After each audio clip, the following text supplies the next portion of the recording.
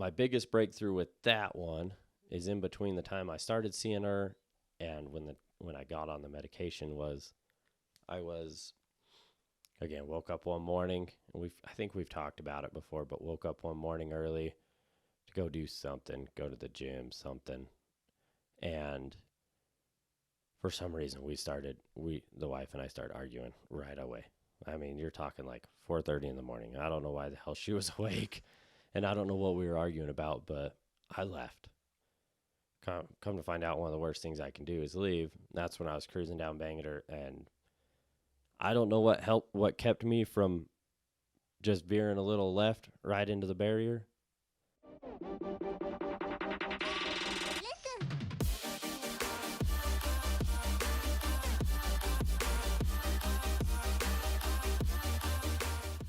Welcome, everybody. Welcome to another episode of The Round Table. I'm here with my brother, Dustin. What's going on, man? It's going good, man. It's another episode, Yes. I would say it's Sunday, but it's not a Sunday. It's a No, Sunday. I switched it up for you. So, It's a windy day. Hopefully it's beautiful when we walk out like it always is, but we're supposed to get a cold front coming in. Snow and all that fun stuff. honestly, I kind of hope it snows a lot when I go for my outdoor today. It makes it fun. It does. I've been looking forward to it.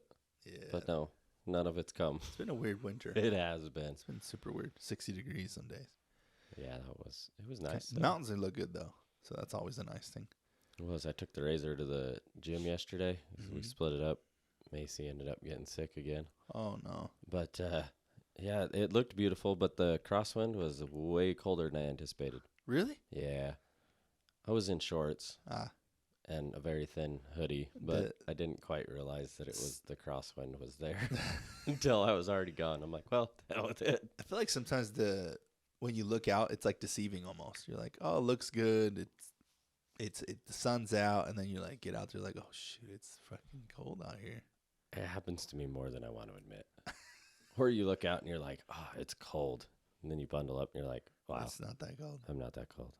I feel that. But all right, man, let's get into it, man. I don't know how long this one's going to go. This one's going to be an interesting one. It's a little different format. We're not, usually we bounce off each other and we have discussions on certain topics. And, we've always mentioned it. I go through some of the podcasts and stuff like that, and we'll be like, we'll talk about this at a later date. And we've been saying this one probably from the first episode, I feel like. So, what are we talking about, man? We're going to talk about the depression I deal with and how I deal with it. Yeah. And just so the viewers know, there's many types. I've been slowly learning more and more, but there's many versions of it, many types. Some people are worse, some people are better. Some people can handle it differently. Some people can't. I mean, that's fairly obvious, seeing as how some people, unalive themselves. Right. But this is, just so everybody knows, this is what I dealt with. This is how I went through it. This is what it did to me and how I've worked through it.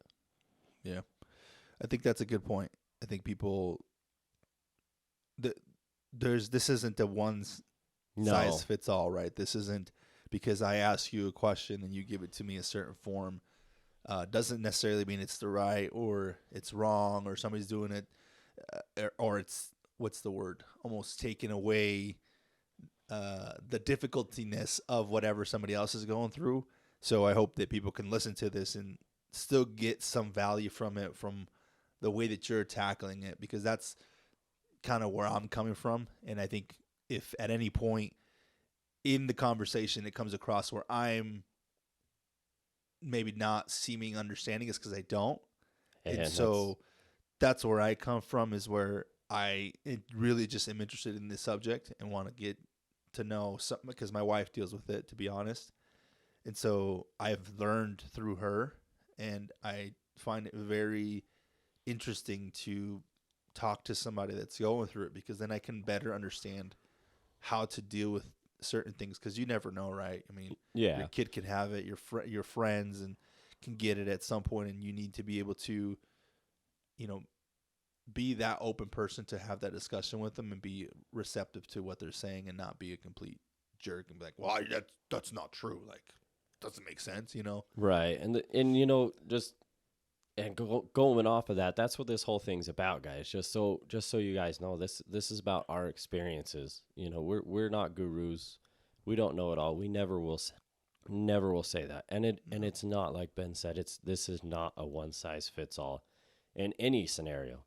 Everything we are talking about is simply what we have done, what we have gone through, and we're continuously learning. Right. You know, from each other, from others, from from anything we can. Knowledge is right. They say knowledge is power, but then there's also a reverse of that, but I can't remember what it was said and how it was worded. Okay. I'll have to find it. Jim Quick. I'm pretty positive it was Jim Quick that said it in his book Limitless. Okay. No, but share that with us. We'll post it on our social or something. Yeah, I'll have to find it again. But yeah. All right, man. Let's jump into it. So, for me, I guess tell me when you felt like you started, like, I guess when you found out, like, okay, I'm actually depressed. Was it something that you felt, that you like were diagnosed? How did you? So there's two different ways to answer this one. Okay. So at a young age, I always felt alone. Like I felt like I didn't have very many friends, and the friends I did have, I had to reach out to constantly hang out with them. And that's nothing against them. I've learned over the years that's probably a lot of my mannerisms and who I am and how I am, which I've come to terms with somewhat. Being actually diagnosed was 3 years? No, a little over 2 years ago, actually. Hold on, actually, let me think. A year ago. Really? A year ago. So not very long. No, was when they actually said, and then they said very undiagnosed ADHD, which is very common. Okay. But yeah, about a year ago is when I finally went to see a psychiatrist instead of a therapist, and they're like, "Yeah, you are depressed," and they put me on medication, which that only lasted for like 6 to 8 weeks, I think. We'll talk about that here in a little bit. But from a young age, I always felt alone. I always felt like nobody wanted to be around me. Nobody cared. I mean, my family was always there. Always had people around me, but it never felt like people were reaching out to me to hang out, to go do this, to go do that. It was generally me, hey, do you want to hang out? Hey, do you want to do this? And then feeling like I'm the tag along. And then, growing up, it just kind of, nothing changed a whole lot. I met my wife, and then unfortunately we both isolated ourselves for the most part to each other, which isn't the best when you're in high school, but hindsight's 2020. I mean, it is what it is. We can't change the past, but and then looking back, my mom gave me something that I wrote when I think I was 8, 9 maybe, and showed my wife, and she's like, you can see some of this like depression in the way you write and how you write. Really? So have you seen it? Yeah, I've read through it. I know what she's talking about.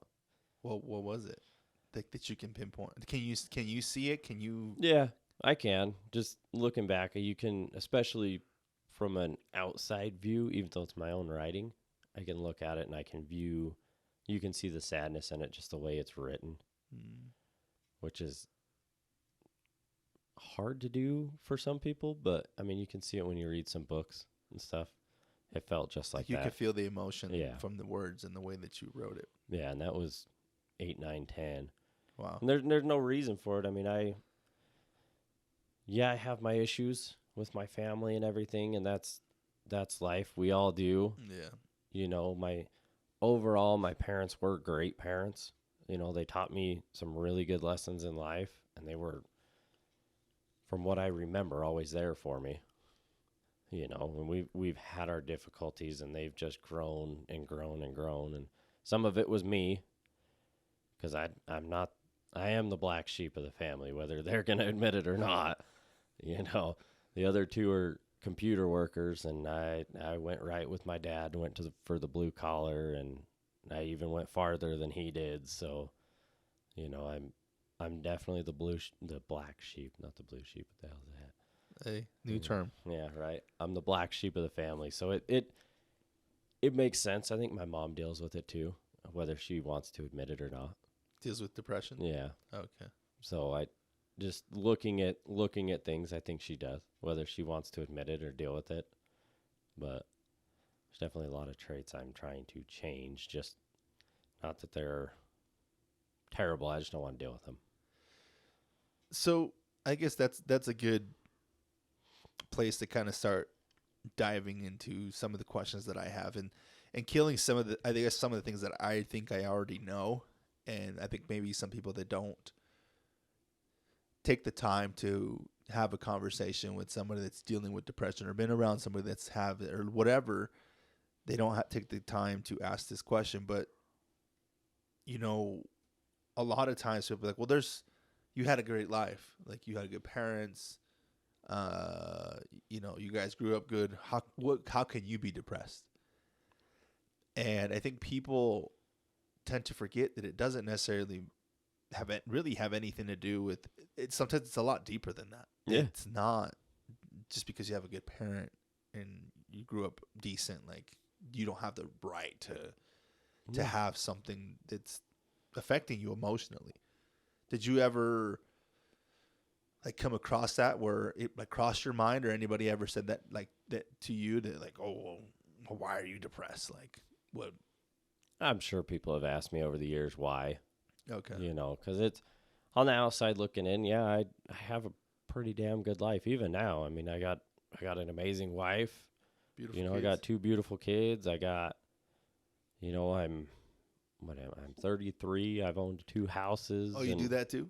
Yeah, I had to remember. I have to remember. I'll be 34. Me too, man.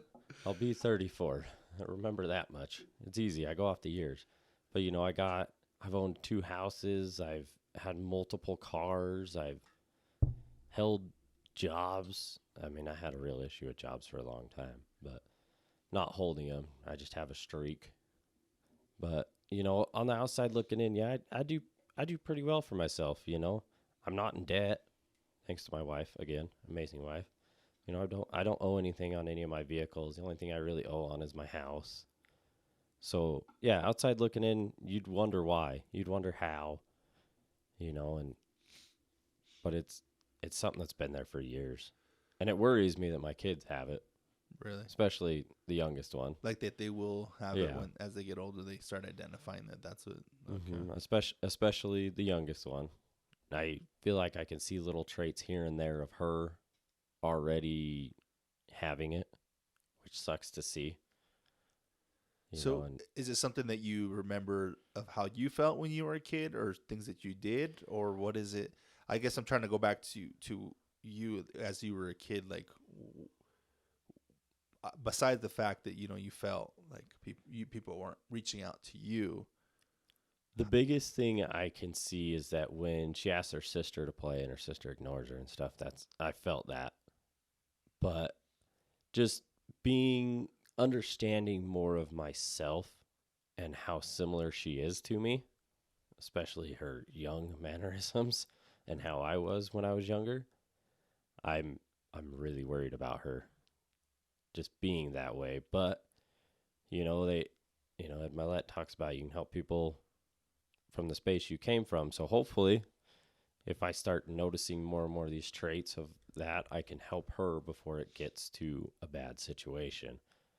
Right. Or even my oldest. I don't think she's going to worry about it quite as much, but she's a very self-sufficient little girl. But to be honest with you, I don't remember a whole lot of my childhood from 14 back, oddly enough. Really? Yeah. Interesting. I remember bits and pieces here and there, making giant messes with my brother in our bedroom, or throwing a freaking metal toy airplane when they used to make metal toy airplanes, seeing if it would fly, hit him in the head, or, fighting with him. Right. But the day-to-day, I don't remember a whole lot. Okay. Did you... So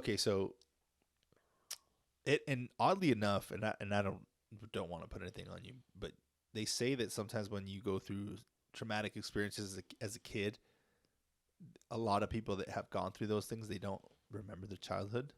It's kind of odd. It is. And Um, I don't, I don't know. I'm not saying that happened to you, but just I mean, my life changed a lot at 15, but not, but I couldn't tell you. I mean, 14, we had a couple of my mom's friends. So my mom's best friend, her son, moved in with us, and his best friend, they moved in with us, and the three of us started paintballing. And that's when, at the time, I felt the most connected to people because we were a team. We'd all go out, we'd go together to the paintball field, to practices. We were on the same team. That's at that point I felt part of something. So that felt pretty good. But at the same point, I was still the younger of all of them. And so there were times they would go do stuff that I didn't go along. So it's kind of the same things that come back into play. Like, well, why can't I go, kind of a thing. I'm feeling depressed and sorry for myself. But that was still the most at that time that I felt connected to a group of people. Good times. We did a lot of fun shit. yeah. So you talked about being younger, so about 9ish, 8, 9 years, and you started kind of, now that you look back at some of the stuff that you did, you can recognize that you might have already had it by that point, and we're dealing with it. And then you get into, you said 14, 15, and it kind of, I don't say goes away, but you're feeling a lot more connected with the people that are in your home, and you got friends. And then you met Soph around that time. Yeah, I met her when I was 15, just a few months before. Met her in December of, I couldn't tell you the year, but I met her when I was 15, December of 15. So I just turned 15. Okay. She was 14.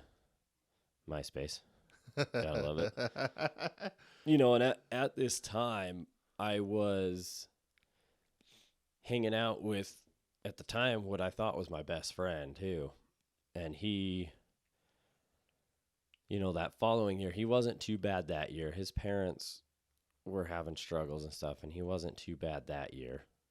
But the following year, when we got vehicles, 16, 17, me and him started really not going to school, messing around. He started smoking weed and stuff, which hindsight's 2020 now. But, I never let things like that affect the way I went to work or anything like that. And he did, but we started skipping school and stuff. And, Soph and I never were, if we were the high school people we wouldn't be together. We both 100% agree on that. And that a lot of the times that I was doing the dumb shit during my high school years, I generally wasn't with her. Right. She definitely kept me on the smarter side of life. They tend to. But, dealing with him, it was always, and looking back, it was not a good friendship anyways, because it was, he either wanted to sleep or he wasn't there. And, it's good to go hang out with him, but, I did all the shit. I own that I did everything that we got in trouble for, or that, anything that happened, like he didn't force me to do anything. We did dumb shit. Like, right. They started stealing that, they got caught, started doing dumb shit like that. Right. Got in trouble, cost me a lot of money. Yeah. That shit happens when you, it's association, right? Yeah. Sometimes It it's ended up costing me money. I almost got put into detention once and jail once. So I'm like, right. And then the second time I was done. I was like, I'm done. I'm not dealing with this anymore. And I haven't talked to him since. Okay. And it was, but that was a roller coaster of a life then, and it wasn't even that bad, but it was, I surrounded myself with someone that was likely more depressed than myself. Right. And so it didn't help anything. And so looking back, you could say that you both were kind of maybe not dealing with the same, but same kind of mindset where you felt a certain way about others and the way that you were being treated. Okay. Yeah. Because even the same thing, like we had friends, and it was almost the same thing with him. Like, hey, do you want to hang out today? Hey, what are you doing tonight? Hey, what do you, especially once we start driving. Hey, what are you doing? Hey, what do you want to do?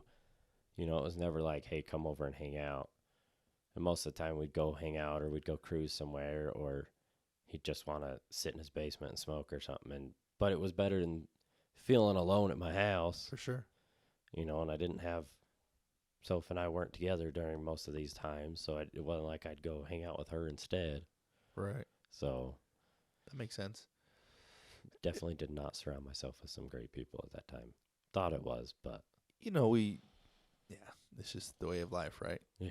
For real. Okay, so we got to about 15. So now let's fast forward a little bit. So during your relationship with Soph, well, I guess that's even moving. Well, I guess with that, during your relationship with Soph, did you start noticing certain traits like, okay, I might have depression, I might be dealing with something? I guess you said you got what, about a year and a half ago, you said? Yeah. You went to a psychiatrist? Yep. I guess what led up to that? Like why did you start exploring that? So it all comes back to, like, I was having a lot of anger issues. Like, I just to start off, like, jobs, after about 5 years, this, where I'm currently at, is the longest I've ever stayed at a job. It's either been, I've only been there, there's one I was there for a week, and the rest are generally about 5 years. And I just start getting real angry, start getting real, like, I can't handle things, can't handle the management or whatever, can't handle things going on. And so I leave, go find a new job. That's how it's been. The car wash was only a handful of years, but then Pep Boys and Big O. And now I haven't had a lot of jobs, but it's about a 5 year span. And I noticed it, and I even noticed it with my current one, where I started having a lot of problems, like dumb problems. But I think that was the way my depression was dealing with things. Like, people doing this or that. Like, some of them are still bigger issues, but they've been somewhat addressed, and we're working on them and things like that. And I try to mind my business for the most part. But and I noticed it when 5 years came. I was having a hard time with just about anything. And the more I'm talking, and I was actually talking to a friend about this, that every episode I learned something a little bit more about myself or about you and things. And the more I noticed these things, the more I realized, hey, about 5 years was where I started having my issues with everything. That included my marriage too. About 5 years in, we're coming up on 12.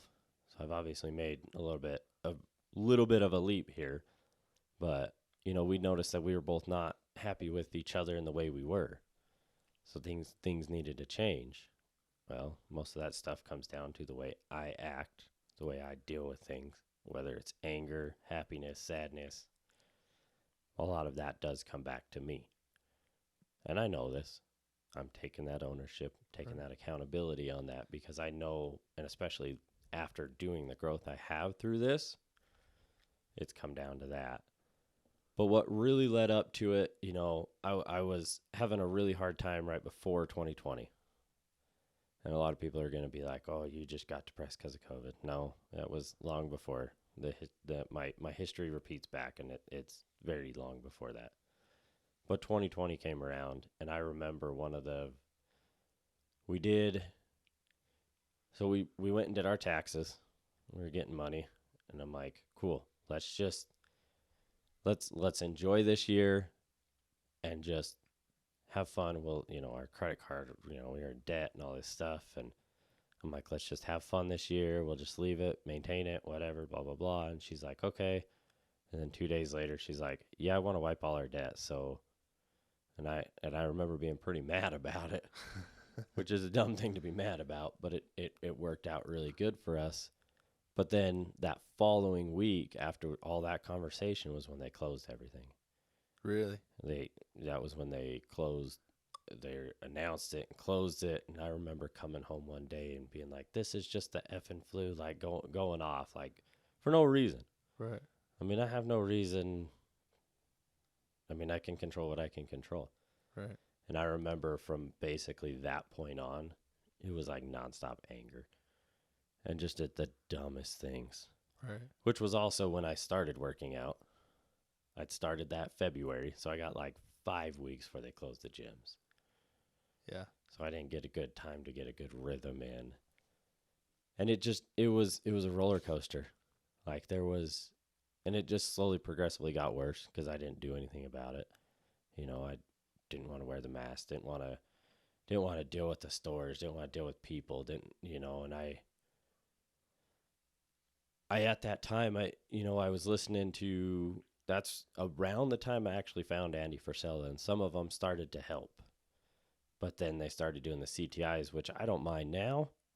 But back then, I would just get fired up and angry about shit I can't even help. Right. And it wasn't until I don't know, probably 2 years into that I was feeling really. It was this cycle. It was this constant cycle where we would be like Fridays because I wasn't working Fridays. So Fridays we'd start because during the height of it, they shut us to 40 hours at work, and they actually closed her. They said she was non-essential. So for about 6 weeks, I think, she didn't work. Yeah. She didn't work, and I was at 40 hours strict. So that didn't at Thursday at 2:30 if I'd come in early, somehow manage some things, whatever. Hey, go home at 3, go home at 2, whatever it was. Those were probably some of the happiest times during the whole thing. Because I'd go to work knowing I'm coming home, and she didn't have work, and she didn't have this, and we would go for walks, and we'd spend time together, and it was great. Once she started working again, it was I work till 4:30, she works till 9:30. I get no time, and we repeat the process over and over again. And not having the time started to really affect me too, which all in all, I need to figure out how to be happy with myself through just saying all this. But about 2 years, things got really rough. That was when, I was at the lowest. I don't remember the exact scenarios of why I ended up there, but that was when it was a pretty clear choice. And I kind of laid it out to her, and I'm like, hey, well, I know if I don't start therapy, this is never gonna work. And she'd cut real close to that breaking point, and I cannot blame her. She's been fantastic through all of this. I'm definitely not an easy person to love. I can 100% admit that. But that's when I started going to a therapist, and it was kind of working, but she wasn't that great. No offense to her. She was dealing with her own stuff, not mental, but physical health issues. So I don't think she was fully aware of what was going on and everything. And so I had her for 6 months or something, and she did some good things. Hey, get a list of music together that makes you happy, or this, or that. And it helped for a little while. When I was feeling down, put on some songs. If a song made me feel good, add it to a playlist. I mean, I still have them. I don't ever listen to them, but I still have them. And that was coming up on the time that we started working out together too. Right. Or close to, and then she ended up having medical issues, and they're like, yeah, we don't have anybody for you right now. And for some reason, it's easier for me to talk to a girl about all the shit going on in my life. I don't get it, but I guess it's fairly common when you start looking into it. Most men would rather go talk to a female because sometimes it's nice to get a separate opinion, and sometimes, and it sucks because that's what we're here to do. Is men aren't as open to being open to men, is what it really comes down to. If you really look at it, I mean, how most of the people you're the most vulnerable with are females. Right. I don't know why it is that way, but you go to a man and you got to act tough as shit. I think it goes back to excuse me. I think it goes back to security of because it's like Ego. a mother, right? Like a mother's nurturing, where a father is usually more. What's the proper word? Strict. Yeah. I don't think that's the word you're looking for. That's not the word, but it's that, they're more of a toughen up, and the mom's more nurturing. And before you move on, though, you are easy to love. I think I don't live with you. You're not my spouse. Maybe from a spouse. I mean, we each have our own, but you are a good person, and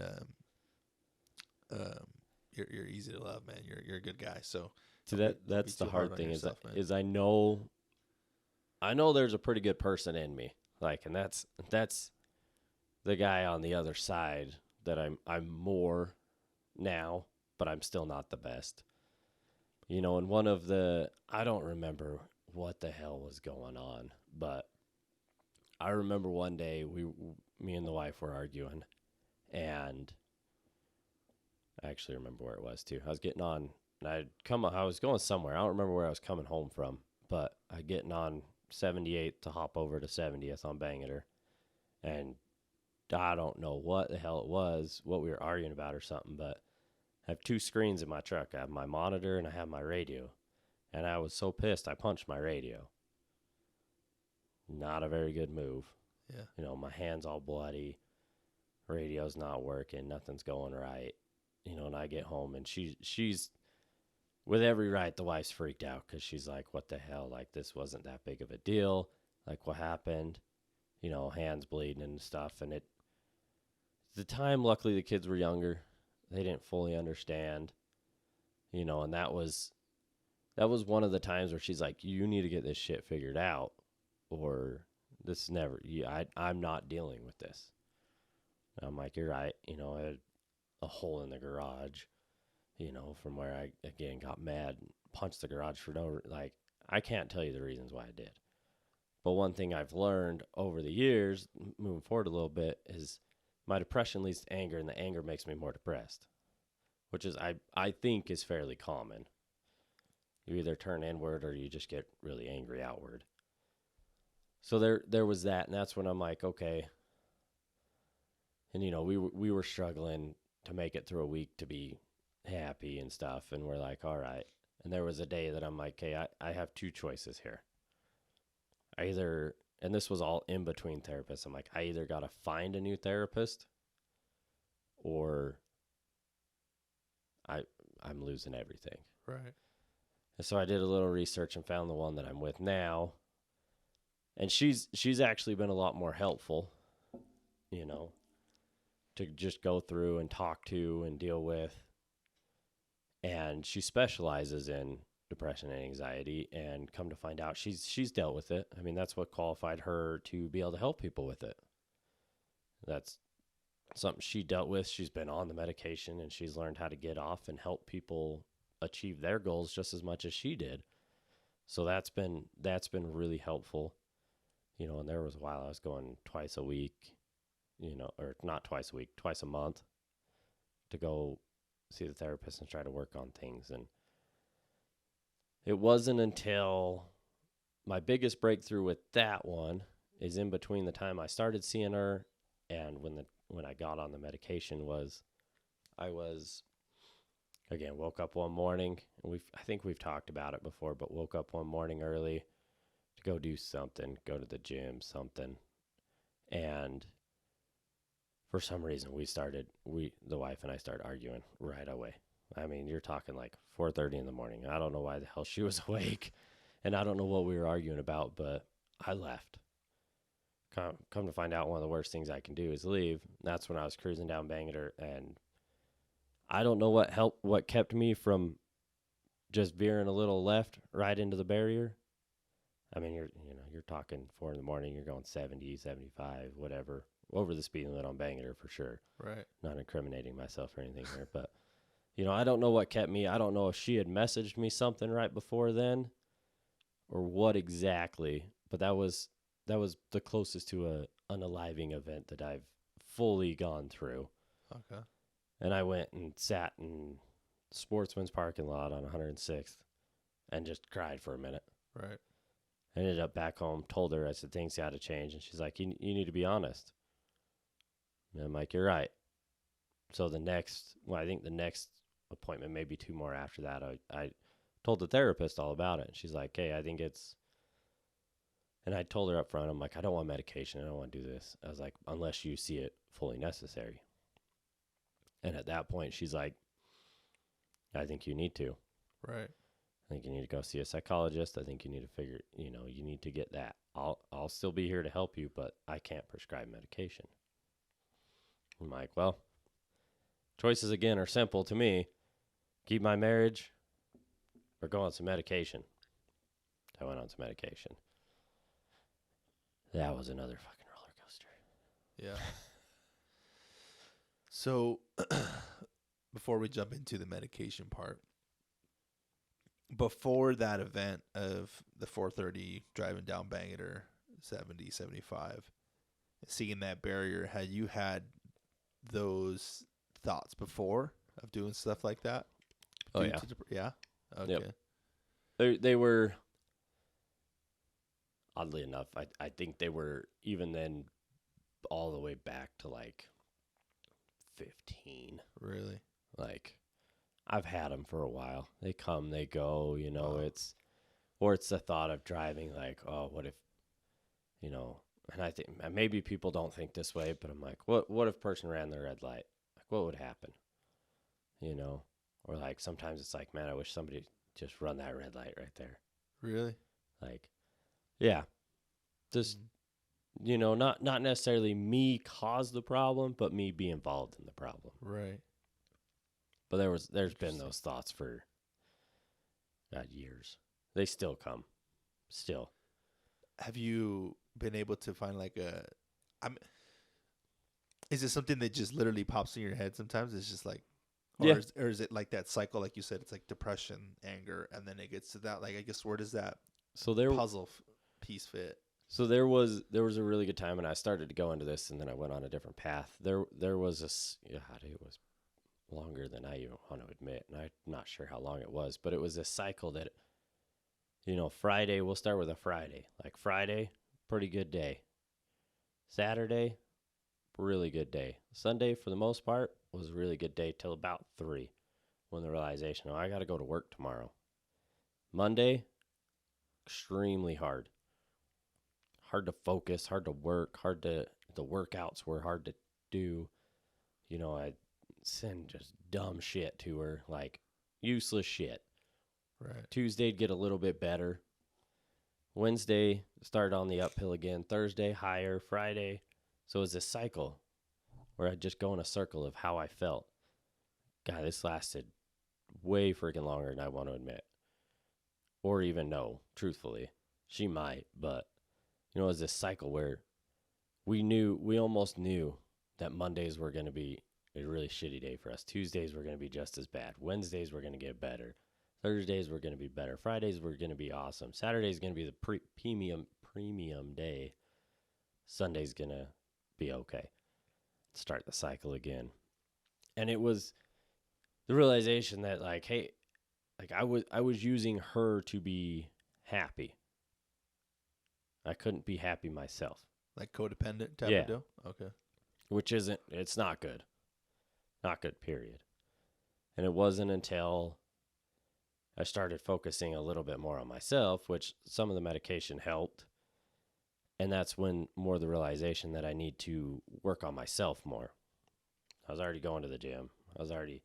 But some of the times I was faking it. Show up, work out for 10 minutes, leave, and go drive. Because that was one thing that would just clear my head, is just go drive. So there were some mornings before work I would drive all the way to Draper on Bangor and loop back around and go to work. And I'd be at the gym for 10, 15 minutes and leave because I just couldn't deal with anything. Like I didn't want to deal with life at that point, Right. And it wasn't that I wanted to unalive myself while I was driving. I just needed to get away. And so I'd go drive because it'd clear my mind. Listen to music, and just drive. Those were some very dark times. Yeah, it sounds that way. So when you, I guess, during this cycle, it sounds like you identified it at some point. Yeah. I guess I want to know. Was there something that helped during that period, like that you were able to do to help break that cycle or come out of it a little bit? At that time, no. It was once the medication came in that helped lull that cycle.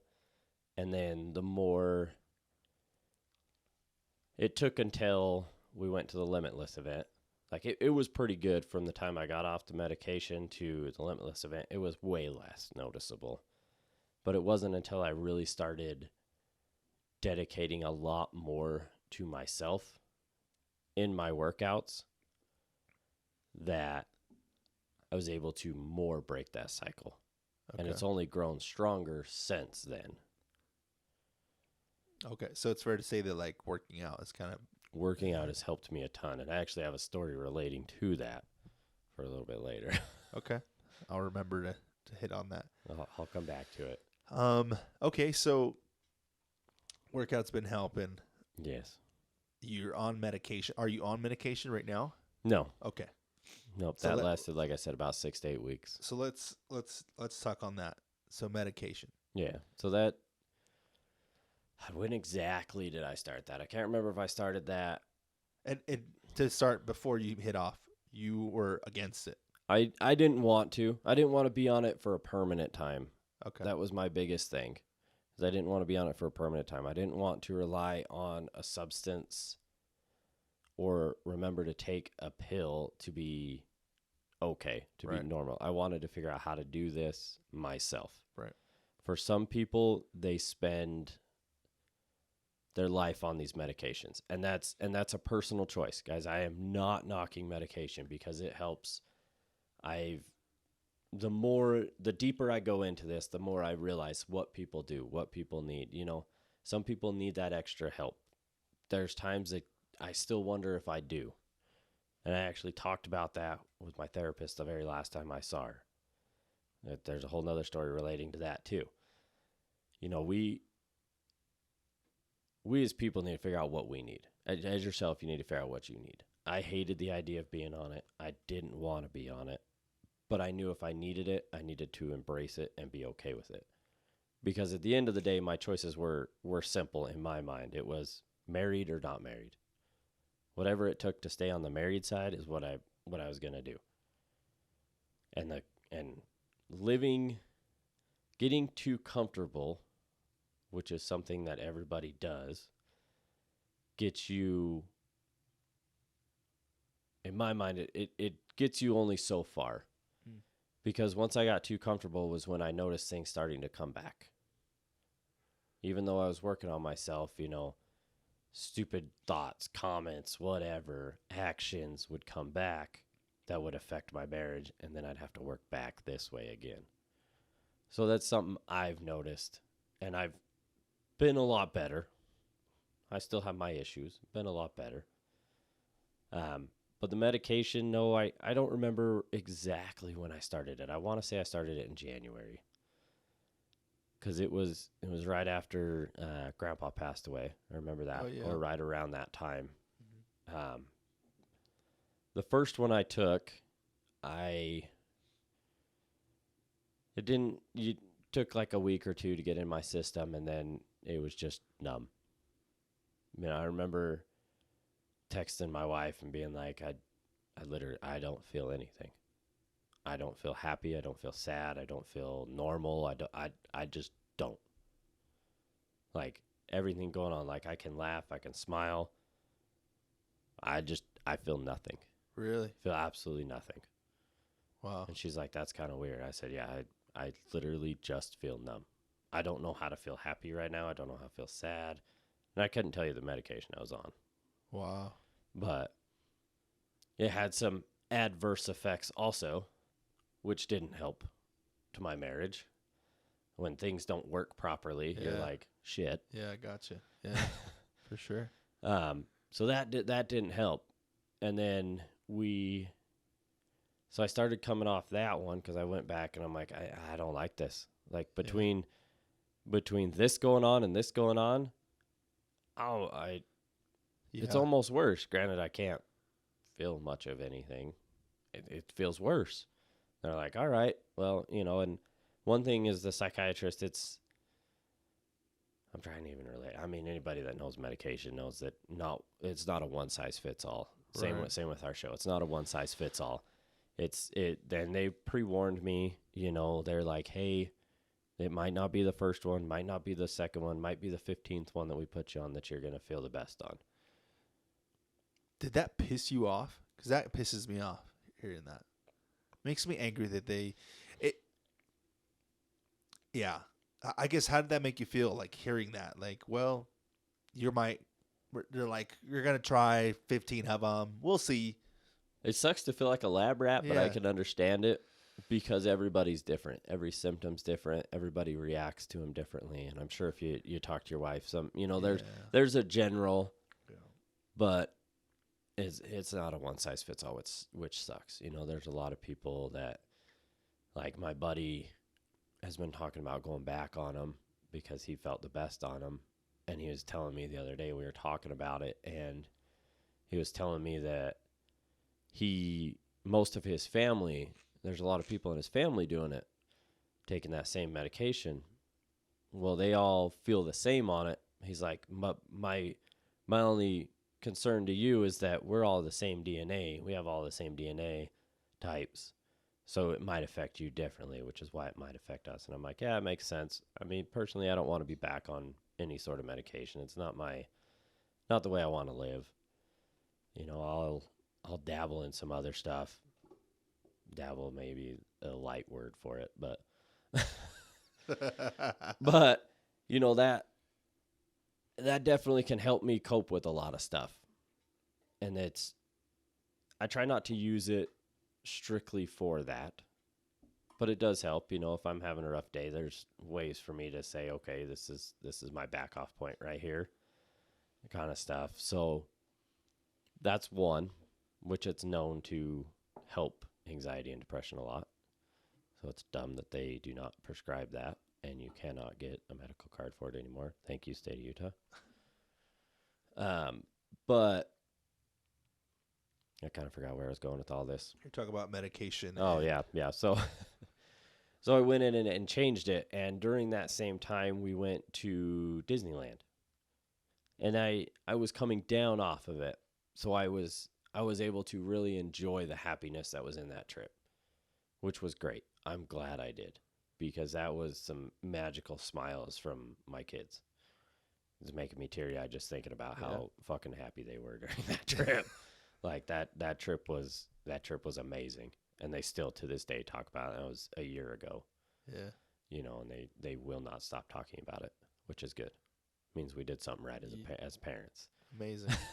Well, yeah, just the picture of them seeing that, like, the smiles on their faces and shit. You know how That's it is. Amazing. Dude. But they switched me to a second one. Well, that one I got on. I think when I came back is when they started that one. I'm trying to remember. I think when I came back, they started that one, and I was on a lower dose. And it felt fine, but they're like, we're going to up your dose, double it. Again, experiment. Gotta love science. You'd think we'd know a little more, but, science. But they upped my dose. So the day I upped my dose happened to be President's Day. And I took my razor out that day. I was by myself. There was a little bit of concern from her. Hey, maintain your calm today. Because we weren't terrible, but, she knows that I can be a little crazy sometimes. And she's like, just remember what you're coming home to. Have fun. Because it was just me. And I said, you should be more concerned if I go completely by myself. Because I actually went with my friend, my boss, and his boy, and he brought some people in their razor. We went out 5 Mile playing around, having a good time. Well, on our way back, and I had been messing around. My wife thinks I was at this certain time. I definitely got myself stuck a few times before this dinking around. Had to pull myself out as there was snow and mud, and it was a nasty mess. But on the way back, I remember trying to go around a rut, not even playing. And I had drifted, fishtailed probably no more than 5 minutes before this happened too. And I just went up on a berm to try to get away from like a massive rut. And next thing I know, my machine's turning and putting it on its side. I mean, luckily, I probably could have done a few things different, saved it, whatever. But at the end of the day, it just sat on its side. I didn't flip it. I didn't roll it multiple times. I just landed on its side. And luckily I had somebody else out there to help flip it over, hang out for a minute while the oil settled, started back up, drove back. Been a little bit more cautious since, just knowing how it was. I think my suspension could have been changed, a few different things. But lo and behold, right after that, I get a headache. And I'm like, it's probably just from putting the machine on its side, no big deal. And then the next day, because that was a Sunday, or no, that was a Monday, because it was on President's Day. That next Tuesday, woke up, man, I have a pounding ass headache. What the hell? Make it through the week every day. Headache, massive anxiety at 1 o'clock. Like, didn't matter. If I went home, it was 10 times worse. But pretty much any time after I'd come back from lunch, work for a minute, I'd have to take a break. Wow. Having a heart condition and having anxiety, man, I can't breathe half the time. Right. Yeah. It sucked. It was bad. And, that headache lasted for like 2 weeks. And I called him up and I'm like, I'm done. I'm not taking this shit anymore. Like, took the pill for like, instead of the double dose, I took a single for a couple of days and I'm like, I'm done. I can't. And I, told my therapist, I'm like, I'm done with the pills. And she's like, okay, let's find some different routes. And told the psychiatrist, I said, I'm done. They're like, well, do you want to come back? And I said, no. I said, right now I'm done. Like, taking a break. Between feeling numb and this massive ass headache, I don't want to deal with this anymore. I mean, I don't work in a quiet industry. I don't work in a click computer industry. A metal shop with a massive headache just pisses you off every freaking day. Right. People banging sheet metal around and stuff. It was brutal. But I had that headache for like 3 weeks. Wow. And then I started thinking more and more about it, and I'm like, I wonder if at that point, and I could be wrong, maybe it was just luck, maybe it was just what I needed, fate, whatever. But at that point, I'm like, I wonder if that medication kicked in and confused me at point, because I'm like to think I'm a fairly good driver. I'm no NASCAR driver, but I'm a fairly good driver. I can control what I drive fairly well. And I know most of my vehicles fairly well and how they're going to react in the most part. But I keep coming back to wondering if that medication really effed me up that day and caused me to put my machine on its side. Really? Luckily, not a lot of damage. No damage to me, barely any to the machine. So, but I keep coming back to that. So since around President's Day of last year, I have not been on anything. Okay. I haven't wanted to be, haven't been. And the summer wasn't bad. Definitely could have always been better. But it wasn't a bad summer last year. We had a lot of fun. We got along pretty well. And the Limitless event rolled around, and Keaton did a great job putting that on. We went together, and it was like we've talked about. It was the spark to start the fire, which created this. Right. And oddly enough, somebody from the Limitless messaged me yesterday. Yeah. And one of the questions that got asked to me in that quick DM was, what's motivating you to stay to your goals? My answer was simple: discipline. I don't have motivation, right. But my motivation behind staying out of the depression is my wife and my family every day. Right. So there is motivation there, but the discipline I need to get that discipline a little more aligned. So things got better overall, had a pretty good, I started working out harder, started really focusing harder. To be honest, I don't know what happened, but a few weeks ago, something happened, triggered me. I punched my radio again. I don't know how the fucking thing still works, though, to be honest with you. It's still in my truck. Okay. I don't, and I'm not, and I don't laugh because I'm proud of it. It amazes me that it still works. And I leave it for two reasons. One, it works. I'm not going to spend more money on it. Two, it's kind of a reminder of what the fuck were you thinking at that point? Because to be honest, I can't answer that.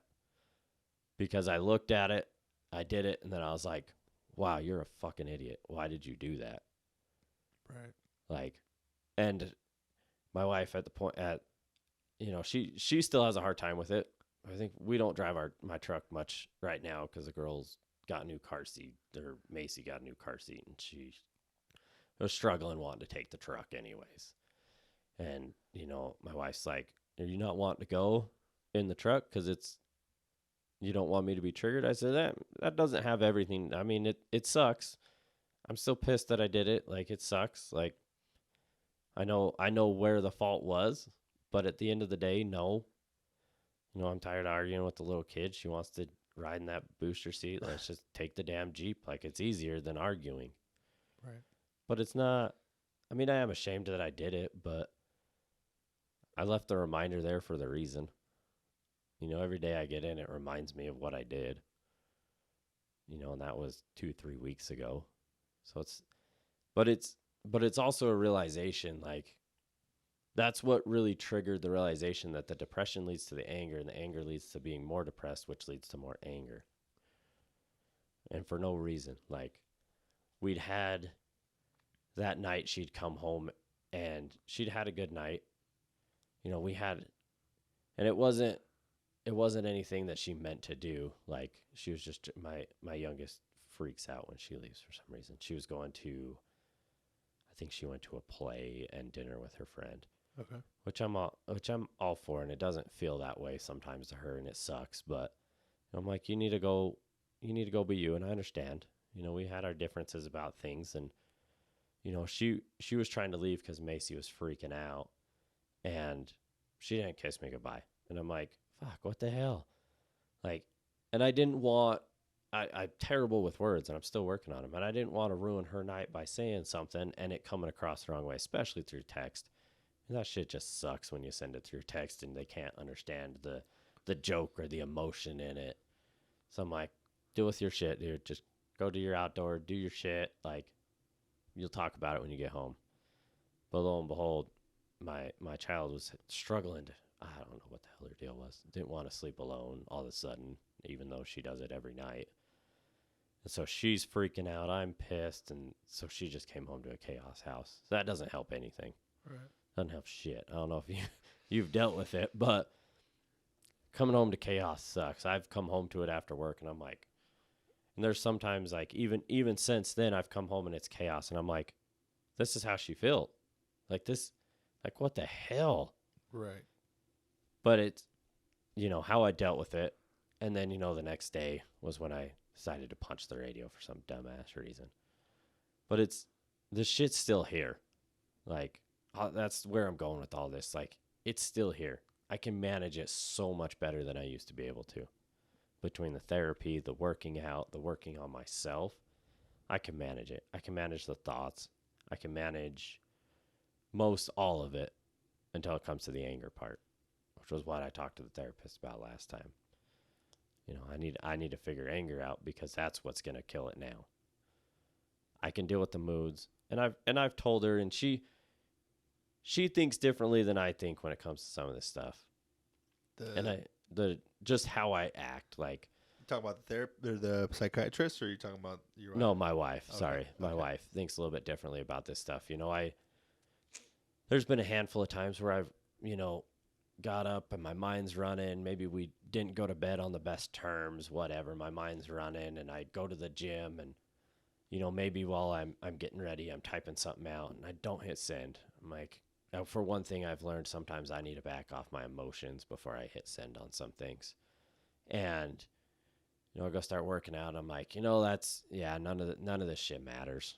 Like, or same thing, finish the gym and go to say, hey, good morning, start typing, and my mind just goes. Before I know it, I'm like, start thinking more and more and more. I'm like, man, what the hell am I doing? Why am I texting you this shit? It means nothing.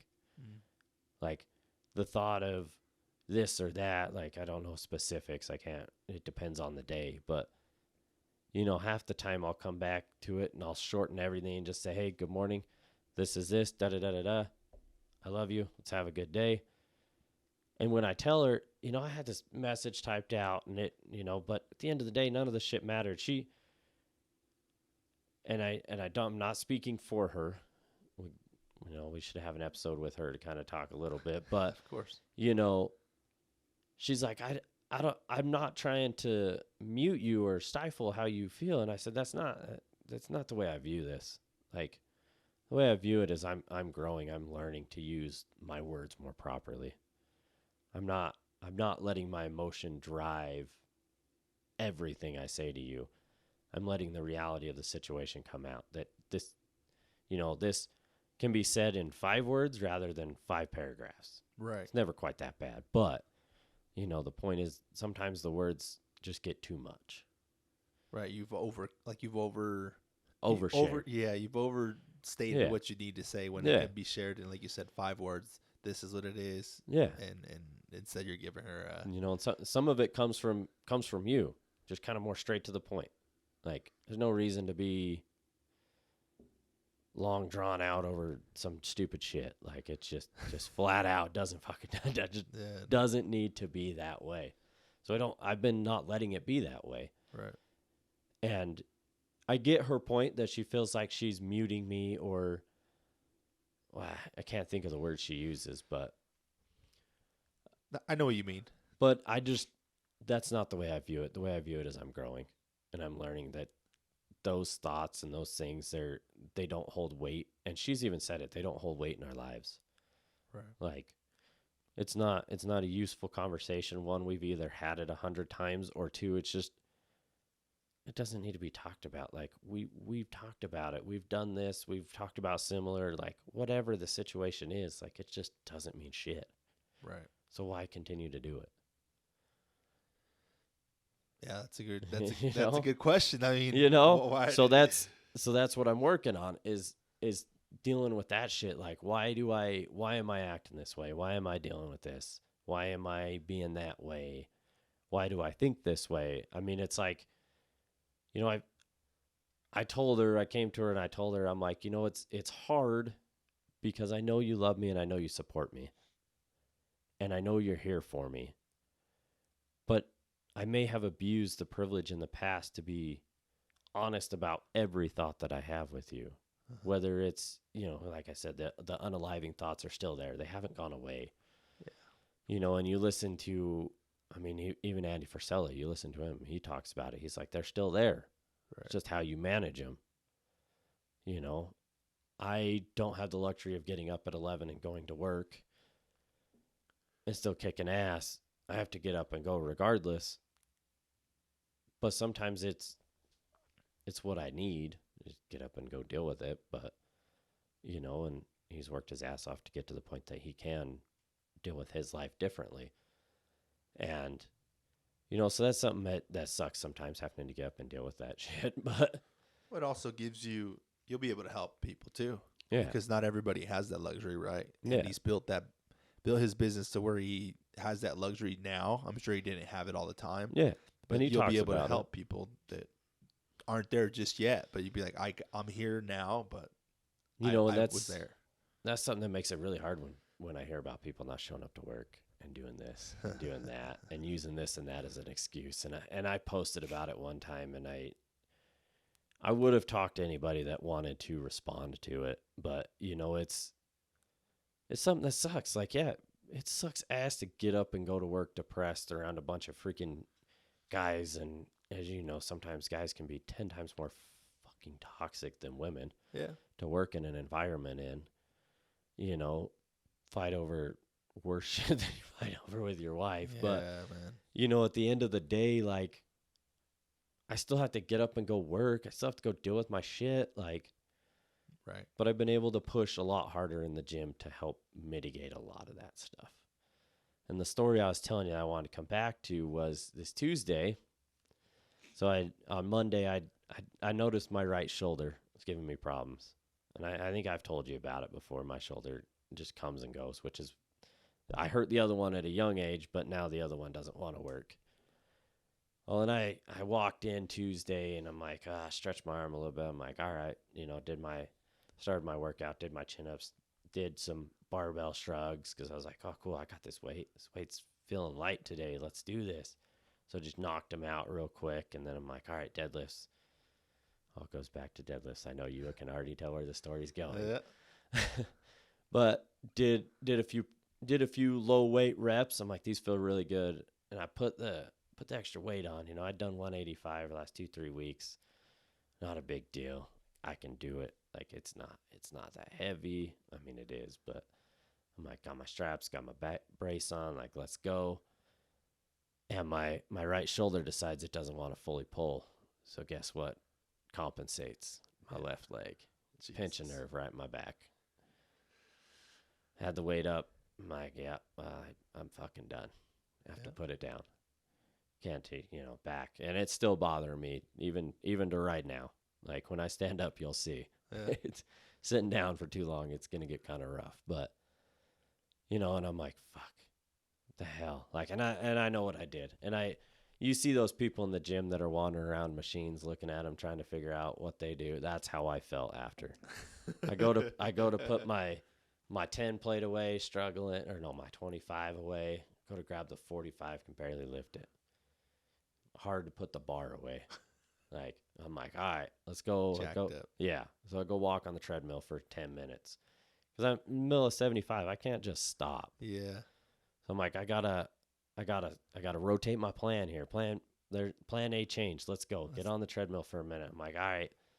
Go to take my back brace off and pain gets worse. I'm like, all right, put it back on. Just leave it for a minute. Walk. I'm like, all right, it's loosened up. Let's go to the Smith machine. See what we can do. Try to do a little bit of deadlifts just with the Smith machine. 25 pounds starting weight. I can kind of do this. It's a little rough, but maybe the stretch out will be good. No. Throw 10s on there. Can't even do it. Yeah. So I'm like, well, back on the treadmill for the rest of the time. I can't quit. Can't quit this. Do something. Yeah, I got to do something to keep my body going. Can't go super intense because walk right at that lower back. You can feel it in every freaking workout. But so that was Tuesday. So I go do my outdoor, feeling pretty good. I'm like, all right, maybe I loosened it up through walking that day. Come to find out, I supposedly walked like 21,000, almost 22,000 steps that day. A lot of it was from the cardio in the morning. Right. And the cardio at night. And then that day I just was walking around the shop all day for different reasons. Helping people, this, that, whatever. Well, lo and behold, that, wake up the next day feeling a little bit better. I'm like, all right, go do a little bit of workout. I'm like, got to try something, feel it. I'm like, all right. I think I ended up doing more cardio the next day. This was Wednesday. Thursday, did a full chest workout. Felt pretty good. Definitely could have pushed harder, but I could feel my back. It was still there. Yesterday, go to the gym. Best workout I've had since Tuesday. And, looking back, I'm like, man, I was pissed on Tuesday. I was pissed on Wednesday. I could tell my demeanor, my mental was trash just from those 3 days. Really? Like when I talk about the Monday, Tuesday thing, that happens every now and then, but it's not as bad. Nowhere near as bad. It's the wake up. It's like, damn it, it's freaking Monday. Like, I got to leave my beautiful family. I got to go to work. I'm sure you feel the same sometimes. You're just like, fuck, everybody's got to leave. Daughter, wife, whatever. And you're like, fuck, now it's just me here today, son of a. But it's like, well, shit, got to do what I got to do for my family. Let's go. Let's have a great day. And I can manage this shit. Right. I can deal with it. But those 3 days, man, it was like, and she's like, yeah, you can tell. And, she's going through her own shit, dealing with what she was trying to do in her journey. Still trying to lose weight, adding in calories, adding in this, to try to figure out her body. Right. And I'm like, you do what you got to do. You need a nutritionist. I even told her the other day, you want one? Get one. Let's figure this out. Like, I'm good. Whatever you need, I'll support you. Right. But, yeah, those last 3 days, yesterday, it felt amazing to work out. Nervous to go hit legs today just because I got squats, but belt light, let's just get a good workout in. Right. That's the goal for today. Let's just get a good workout in. Even if I go hit chest again instead, I don't know what we're doing. It should be a leg day, but I gotta think about my back. Right. Yeah, you got to be careful.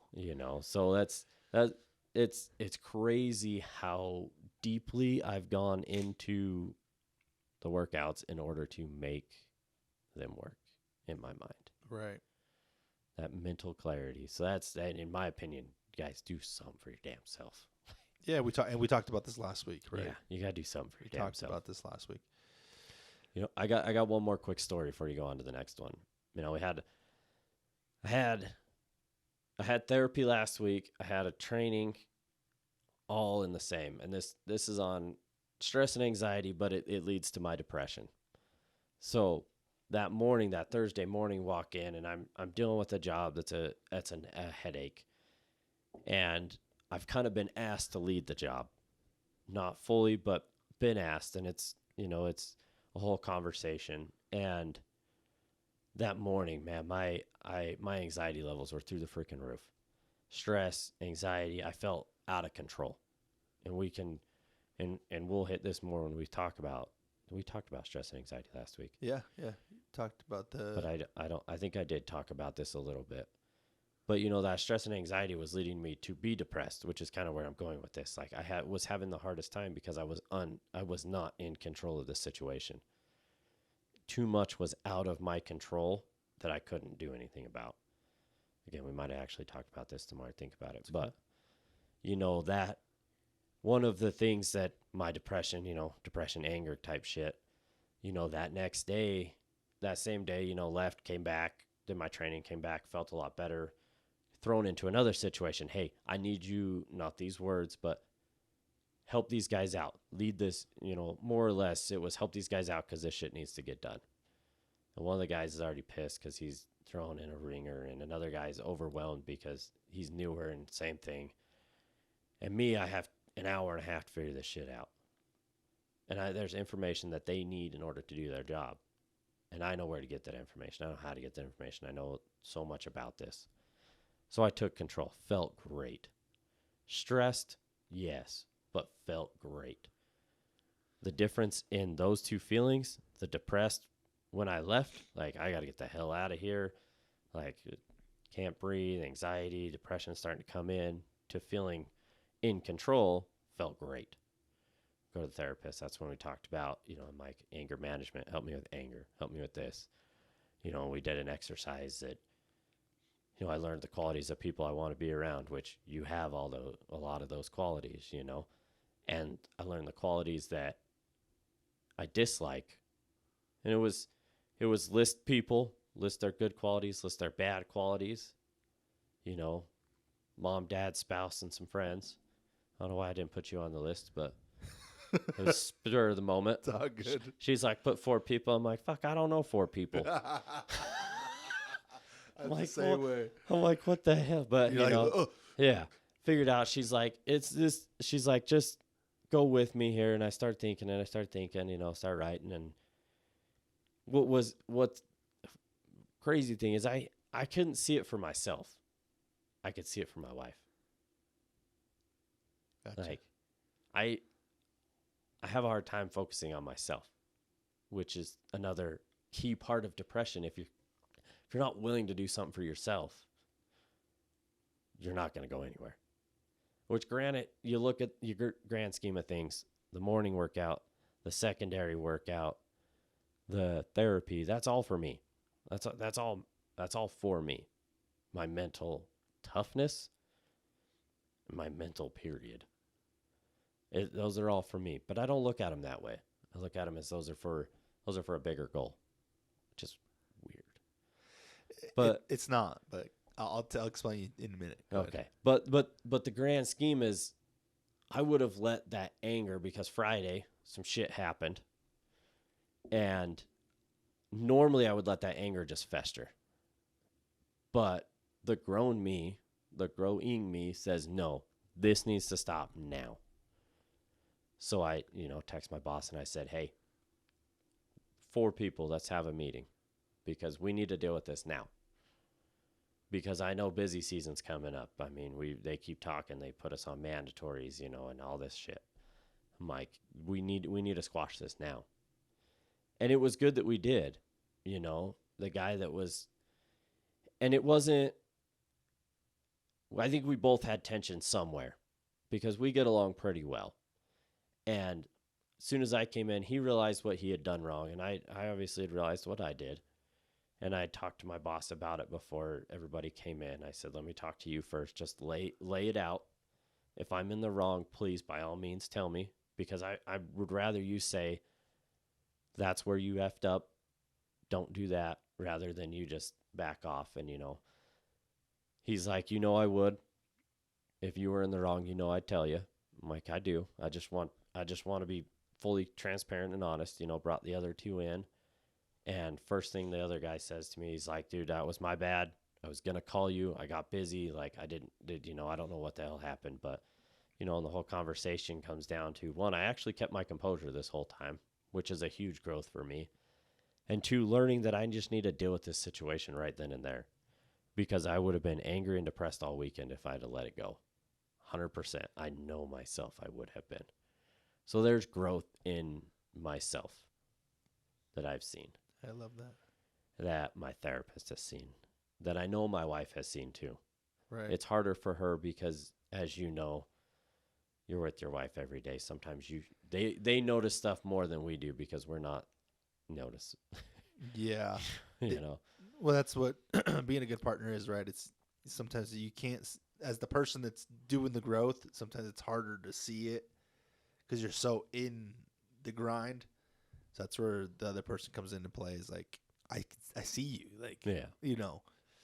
But I was just gonna say that it'd be interesting to have, like, and I know we're gonna do it eventually. It's obviously just gonna take some time, but for you and my wife to sit down, and even me and Soph to sit down, and because a lot of the things that you say are things that we've talked about, and the doing stuff for others is. Well, I mean, I'm not going to get into it because she's got her own story, but there's a lot of the same traits, a lot of the same mindset stuff that you guys are like trying to overcome.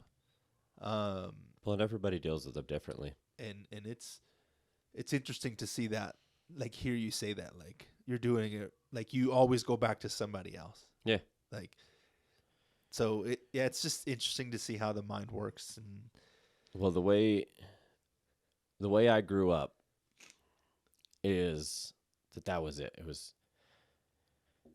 no fault to my mother. I don't know if she's even going to listen to any of these, but no fault to my mother or my father at this point when it comes to this, because I need to take the ownership of what my own actions, right?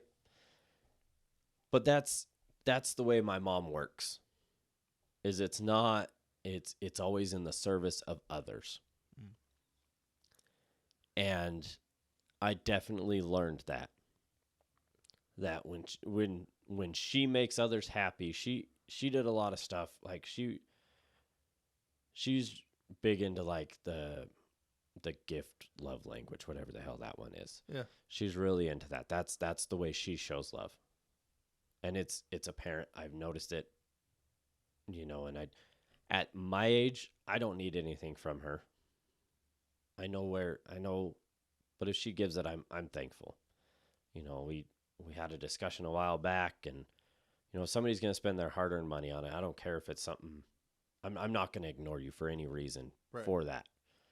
If you spent your money, I'm going to appreciate it because you earned your money, and I get that.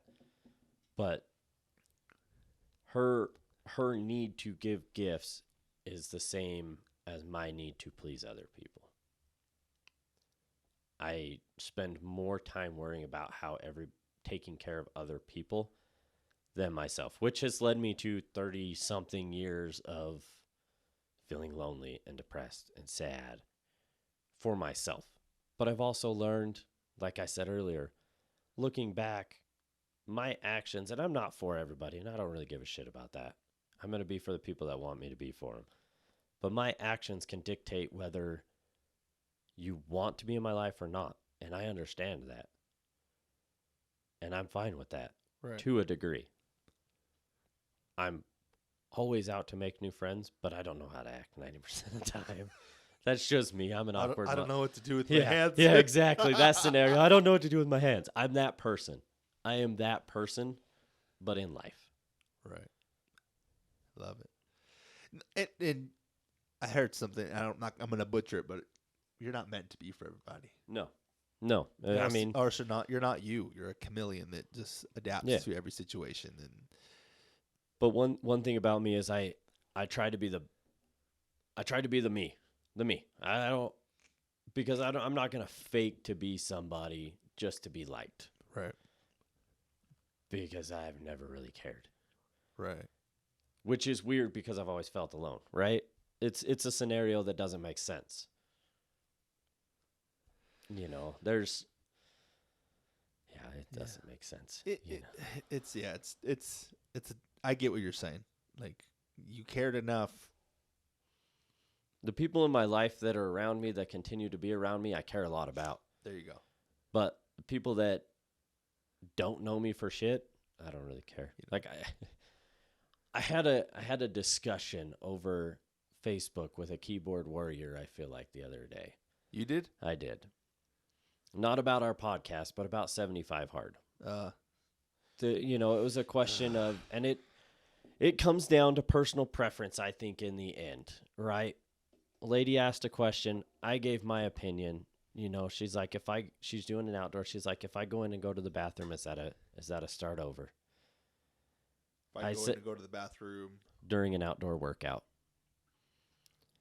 You know, and I said, that's a hard decision. That's a decision you have to make. And this guy's like, that's not a hard decision. You go to the bathroom and you restart and you just keep working. And I said, well, that's, again, the hard decision. You either, if you really can't control it and you're almost going to, poop yourself, that's a situation you have to take. You have to decide what you're okay with. Right. Right. And he's like, what? So you'd start over? I'm like, yeah. Like, to me, I went inside. That's a fail. Like, I didn't complete my 45 minutes outside. And, my wife brought up a good point because I talked to her a little bit about it, but this guy goes off and he just keeps going. And I'm like, dude, I told you this is my opinion. Right. You have to leave it up to the person.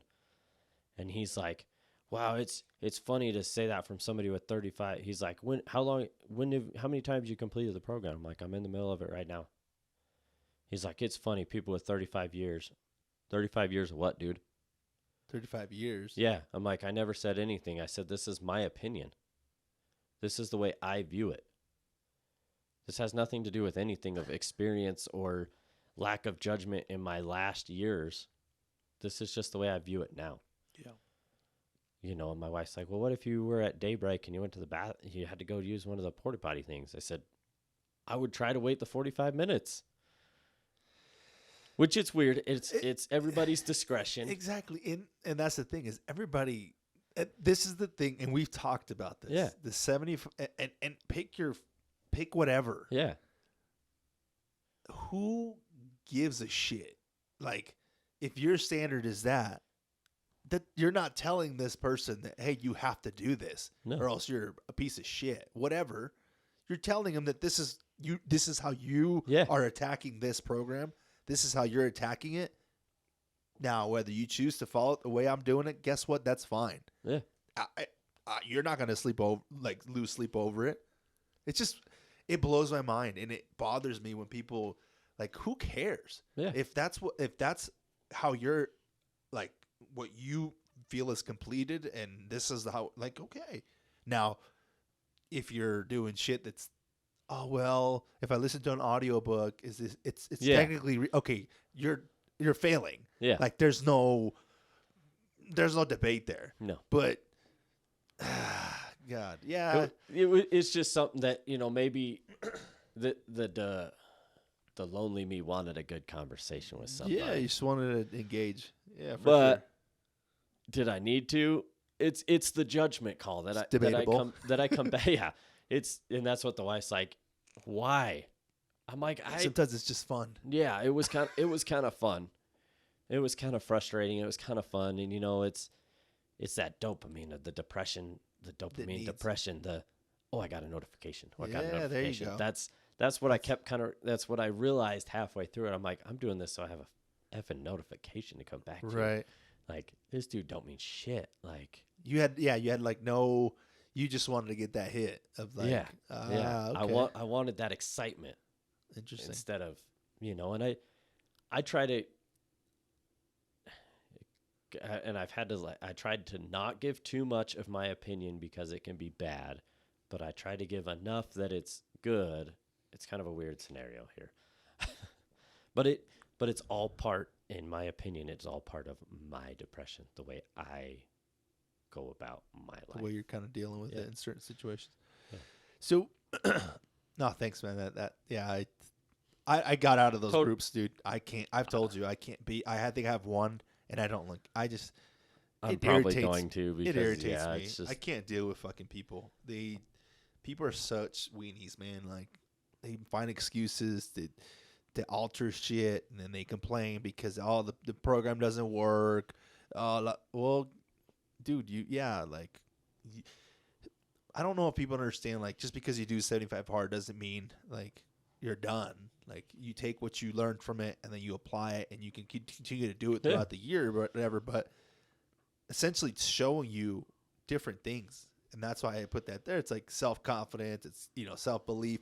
It's giving you these traits so you can apply them to other things. It's not just because it's showing you to create a standard for yourself. If that's what you want to have, if your standard is I'm going all in, right? Like no matter what, nothing's going to deviate, and if I deviate, it's a failure to me.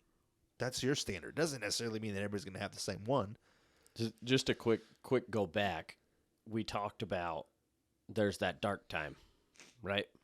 That like 40, 50 days dark time, right? Yep. That's when I punched my radio last. Oh, was it? It was because today's March 2nd, right? Right? Yep. Yes. Yep. So it's day 62. You're there. So it was in that window, and that was the other thing is I'm like, but I'm not blaming the program for that because that was my fault. Oh, yeah, that was you. Yeah. It was 100% me. I just recognized that was during that time that was the hardest in the program. Yep. That's all I'm recognizing. This program has done a lot more for me than it's done against me. Against me? God, it's taken me 72 hours away from my family. Right. 3 days to work on myself. The wife and I went on a walk yesterday, which was nice. She wanted a little more exercise. We went on a walk. Granted, the kid was being a little shit halfway through, but, we worked it out. She was able to help diffuse the situation, just having that walkabout. But she asked me, she's like, do you think? I said, I think way too much. I can't listen to shit when I walk. I have to listen to music because half the time I don't know what the hell's going on anyways. Yeah. And that's where, that, there was another big point I was going to hit on. Go for it. So one of the two biggest side effects of my depression are food and water. When I get really depressed, I don't want to eat. I don't want to drink. I don't take care of myself. That is one thing this program, and I 100% thank Andy for putting this program out because of this. The few days I have been the lowest during the program, I have completed every fucking thing, including eating when I don't want to, including drinking the gallon of water. I have completed it. So it is helping me overcome those two major, major hurdles in my life. That has been by far the biggest takeaway from this program right now. Is the fact that I still hit my diet goal and I still hit my water intake goal. And I will be damned if I fail because of my fucking mind. Yeah. Will be damned. Well, I hope that you can also look at it too. It's when you're off the program that like you use that later. And when you have those moments of depression or that you're like, I'm not like. I 100% plan to continue running this. And speaking of, we're doing it May 1st if you want to join. Starting it again. The 75? Yes. The wife's going to join me. So if you want to join. I knew she would. Yes, I did too. And I'm glad she's going to. Yeah, it'll be good.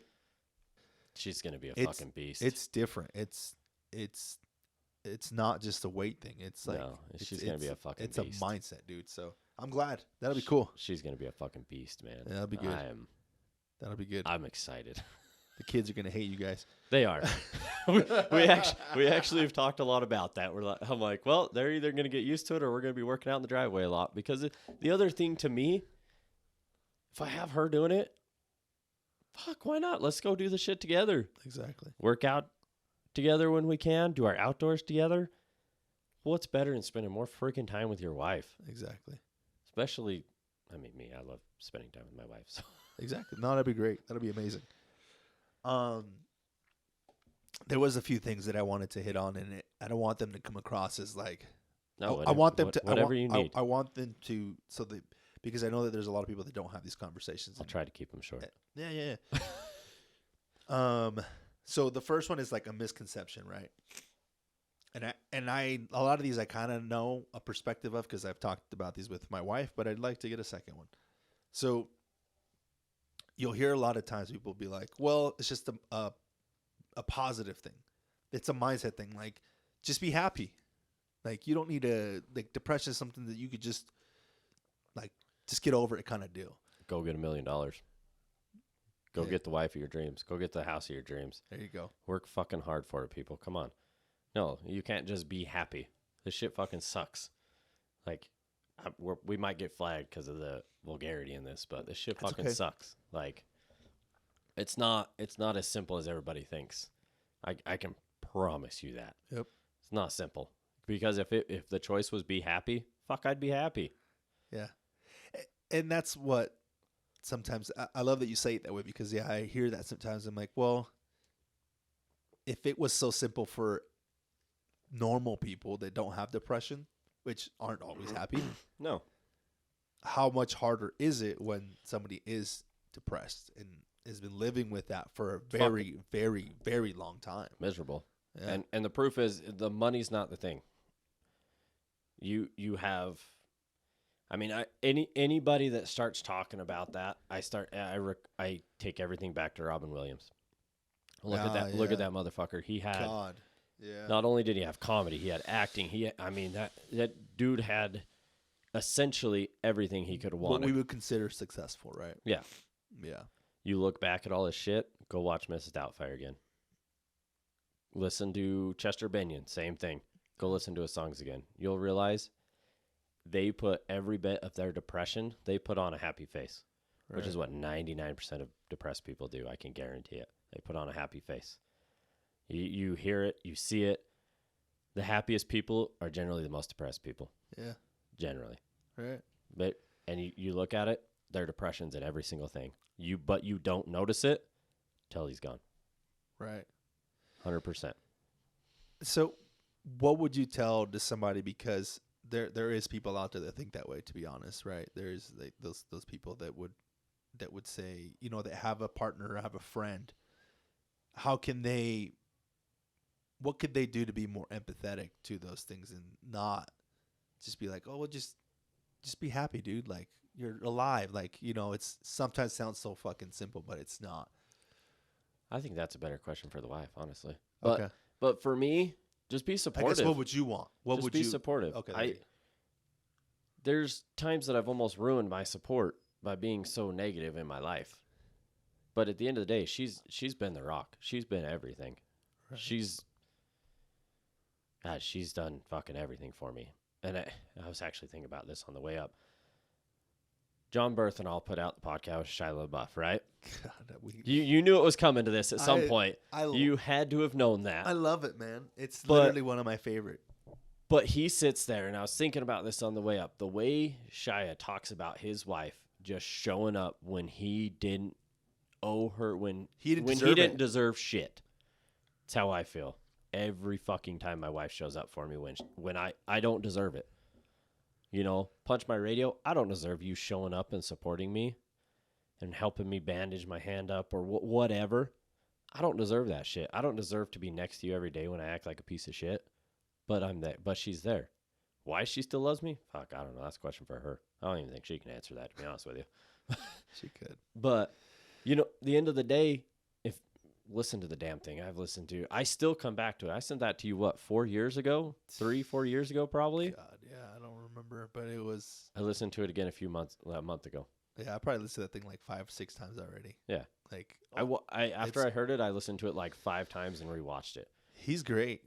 The way he, and I told my wife when we watched it, the way I can relate so much to the way he is.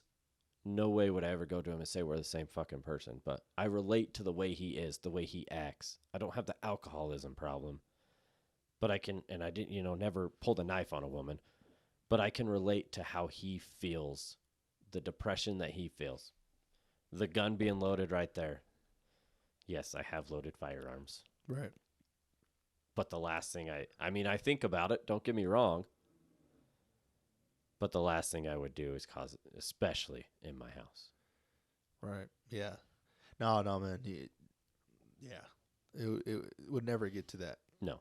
You got some brotherhoods now. So, I think so. Like feeding off of that, like how important is it to like have people around you that are understanding and like just building that community to have, because like it sounds like that's what you kind of craved when you were younger as well. Like that's that community, and that's that what we're friend, trying, right? Yeah. That's what we're trying to do here. That's what I want to do. I want to create something with you because you have experiences that can help also. You have insights that can help also, but that's what I want to create. I'd love to have somebody hit me up and say, "Hey, dude, I'm struggling. Yo, what do you need? Let's go to dinner. Let's go have a soda. Let's go get in the Razor and go rip. Let's go get in the truck and go up the mountain. I don't give a shit. Let's go."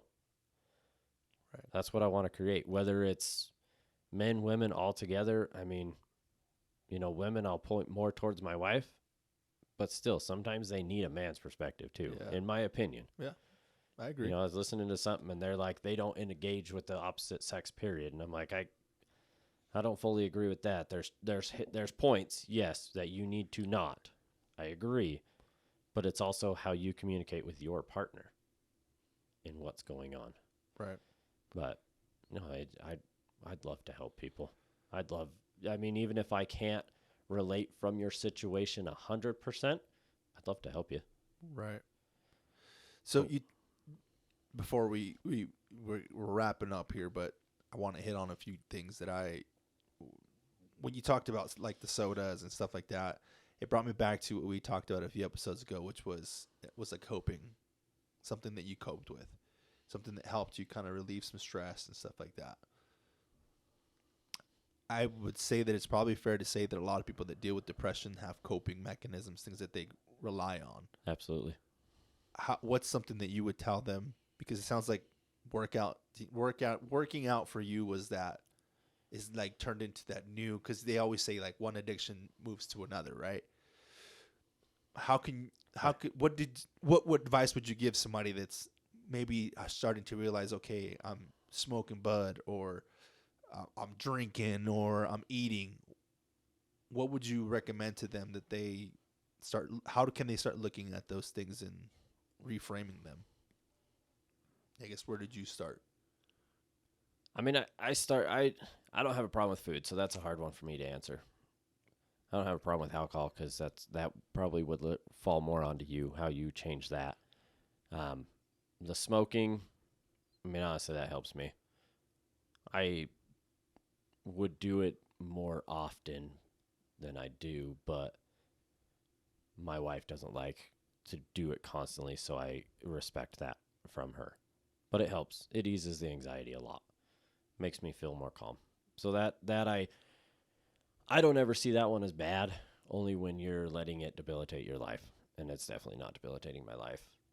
When you spend your entire existence just thinking about it, wake up, bake, and that's all you can do, that can become a huge problem. And I would say you need to get away from that. But find a healthy habit. Go outside, walk, go to the gym. I'm really big on the gym, so in my mind, most all your stuff you need to get movement. You need to start working on yourself, one way or the other. Whether if you have a problem with eating, go on a diet of some kind. Don't go on Jenny Craig. I mean, not to. I don't even know. I don't even know if that's Yeah. around, but you need to find something sustainable. You need to find a lifestyle change that's sustainable, and you need to find that rock bottom point. I have a coworker that unfortunately doesn't work for it. Unfortunately doesn't work for us anymore. It's a good and bad, and I say bad in the sense that the body was nice, but I say good in the sense that everything I've heard since, he's like, this was a wake up call. Sometimes you need that massive wake up call in your life to change. Rock bottom. Yeah, you need to find that rock bottom and change. Eating, smoking, drinking. I mean, like I said, the drinking you could hit on, which we could talk another time because we've been way longer. We both thought. For sure. But, the drinking, you need to find your rock bottom. Jail, DUI, whatever the case may be, you need to find yourself. Right. You need to find your rock bottom. My rock bottom was almost losing my marriage. Having somebody to come home to every single day that's as beautiful and as smart and talented as my wife, and then to have two beautiful little girls with the same, lose that, I got nothing. What do you, Yeah, that's your why. That's my why. I mean, I did it to not lose them, but I've come to find out this was way more about finding me. Right. I love that. So.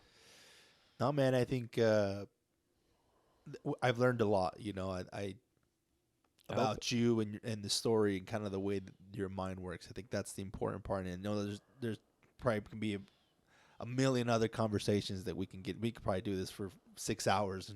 And I'm sure we could keep going. But for the sake of keeping it where we are at, and I think it's a good foundation of where we started, and we'll be back to it. I think I thank you, man, for your vulnerability and it takes a lot of bravery to talk about these types of things. It's not something that people right now are just willingly talking, especially men.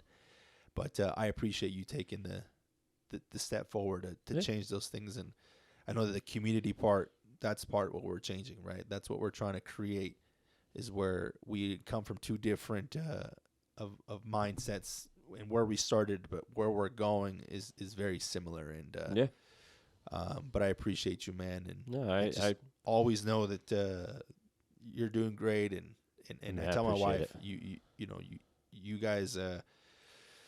I can't imagine it, because that's not something that I have or have dealt with or have been able to come to the surface. But what you guys go through, which is just like everybody else, and then you add that extra layer on top, is a significant battle every single day. And if anybody ever invalidates that, just know that it's hard, and I can only imagine. I can't imagine it because I don't know, but I can see your perspective, and I thank you for the vulnerability, man. It really is. It's helpful. I know it'll help somebody. It might not be today. It might be 10 years down the road. This video surfaces and somebody can see it and go back to it. And I appreciate the platform, to be honest. And that's I can relate everything back to what we've talked about. Vulnerability. We've talked about discipline, accountability, all the above. It all comes back to that too. Having the accountability for myself, the discipline to know what the hell I need to do. I'm still working on it, man. We're going to work on this shit every day until the day we die, because nobody's perfect in life. But, knowing myself more, working on myself more, I can recognize some of these bad habits, bad words, bad traits, and I'm doing everything I can to change it. Rewire my brain and work in a different path, and that's what we're doing, trying to rebuild. I love it. Guys, give him a challenge, man. Yes, guys, if you are suffering from this, depression, anxiety, stress, any and all of the above, find your, again, like he was saying, coping mechanism, whether it's the gym, whether it's a friend. Guys, hit me up. I don't give a shit. I will talk to you. I will gladly talk to you. Hit me up on the round table if you don't want it on there. My personal is linked, I believe. Linked on there. Yes, Personal's linked. Hit me up. It's, I'm Dustin. Hit me up. I will talk to you. I will meet up with you. We can have coffee, whatever you guys need. So my challenge, look at yourself deeply and decide what you really need. if you need therapy or if you need a friend. Find that, work towards that, do something for yourself. Awesome, man. For me, it's very similar. I would just say if you are dealing with depression, I think just reach out to somebody. I would say, just have that one person that you can call and have a quick conversation with and just let them know where you are at and what you're feeling, and just reach out to them. And for the person that doesn't have depression, the challenge for that person is to be more open to listening to what somebody's feeling and has to say, and be receptive to it and take it for what it's worth. Don't try to invalidate somebody's feelings because you don't understand them fully. So ask questions, guys. That's where you're going to learn everything. And like Dustin said, reach up to us. I mean, we haven't built the full community yet, but that's the goal, is to build a community of people that are willing to help each other out and listen to each other and know what we're coming from. And we all might not have the same experiences. We might not all have the same trials and tribulations, but we, as a community, as a group, we can close those gaps and have each other's backs, and see these perspectives from other views and really help each other move forward. Yeah. So, guys, till next week. Love you guys. Love you guys. Have a good one.